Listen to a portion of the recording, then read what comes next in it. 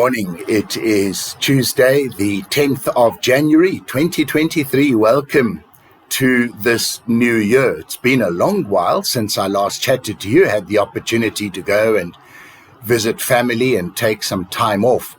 But today, first day back in the office.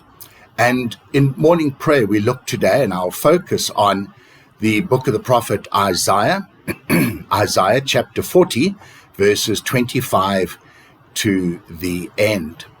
And some background here, the Israelites have been taken into Babylonian captivity. They are receiving their due reward, in inverted commas, the punishment for their disobedience of God. Remember, God has always portrayed himself as a God of great love, but he's also a God of justice and righteousness. He's a God who reaches out to you and helps you. But when you turn your back on him and walk away, he lets you walk away and you walk into trouble. And so the Israelites find themselves in captivity. And instead of recognizing their sinfulness, they almost take it out on God. They want to now punish this God of justice and righteousness, this God who is fair and loving and kind, and they want to turn instead to the local gods around him. And a strong proponent of the worship of the local gods was a form of astrology. Now remember, astrology is the worship of stars and bodies up in space, but astronomy is the study of those. They're very different, and they do not lead one into the other. And so the local people were very much into their astrology, and they were worshipping these gods. And so God speaks through the prophet Isaiah, and he begins in verse 25 by saying, in effect, who created these stars? Who brings them into being? Who places them into their positions in the sky? Who gives them their name? By implication, who do these stars obey? It is me, God Almighty. So why are you worshipping that? Just because the foreigners worship that, excuse me, doesn't mean that you need to worship them. And God then goes on and talks about how faithful he is and how caring and loving of his people is. Now, that doesn't mean that God is a benevolent fuddy-duddy and we can do whatever he likes and he must continue to be kind and loving. That's so simplistic as to be ridiculous.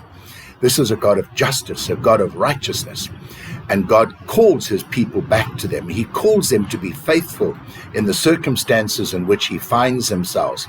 And he says, and he draws the analogy, be like the eagle who is known to be vigorous and far-seeing and full of expertise. And he says, this is what you are to be like, and this is what you will become like when you remain faithful in me.